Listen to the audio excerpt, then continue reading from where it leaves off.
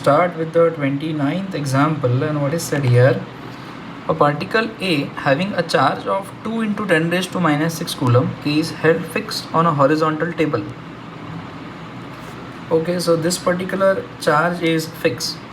A second charge particle of mass 80 grams stays in equilibrium on the table at a distance 10 centimeter from the first charge.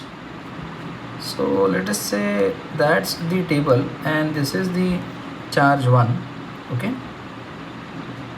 2 into 10 raised to minus 6 coulomb, and this particular charge is fixed on the table on this surface, while the another second charge particle of mass 80 grams stays in equilibrium. Here there is a second charge particle. Say this is the first charge particle, this is charge particle number 2, and the separation between them is 10 centimeter.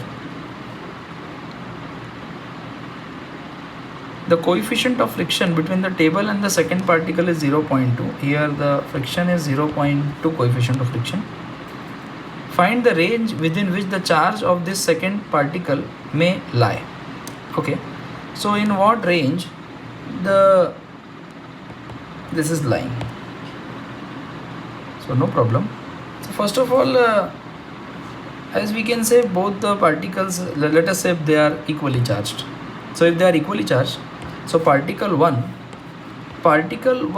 will try to repel particle 2 by this force K Q1 Q2 upon R square.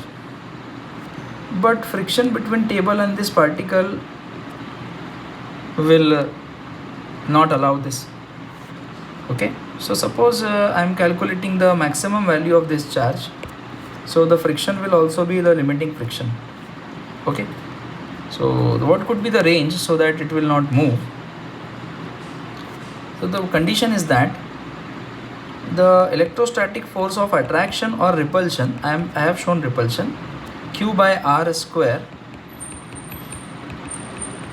must not be greater than the limiting friction or maximum value of static friction. It should be less than or equal to static friction, and I will get the value of charge range, that is from 0 to this value.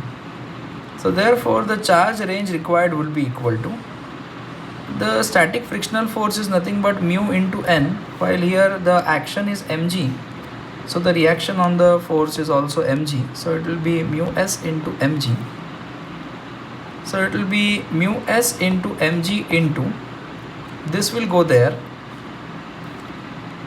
10 into 10 raised to minus 2 will be 10 raised to minus 1, and square will be 10 raised to minus 2, divided by k 9 into 10 to the power 9 into 2 into 10 to the power minus 6. Okay, so I can say the charge must be at least less than or equal to, so mu s, which is 0.2, m, which is 80. In order to convert gram into kilogram, 10 raised to minus 3, the value of G I am taking 10 into 10 raised to minus 2 whole upon 9 into 10 raised to 9 into 2 into 10 raised to minus 6. 2 ones are 2, 0.1. 9 ones are 9 nines are 81. So approximately I will 9 nines are 81. So this is 80. So approximately that can be easily taken.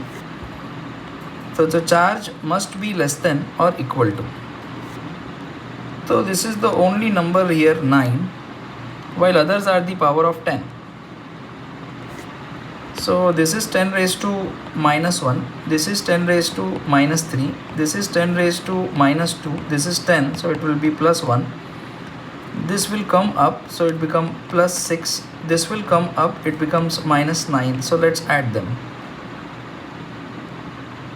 Minus 3, minus 1, minus 3, minus 4, minus 4, minus 2, minus 6, minus 6 plus 1, 5, minus 5, minus 5 plus 6 plus 1, plus 1 minus 9 minus 8.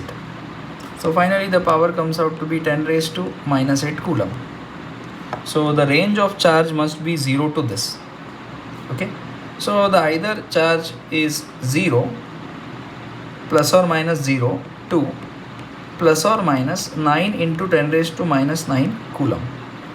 That must be the range of this charge so that it will not move. Thank you.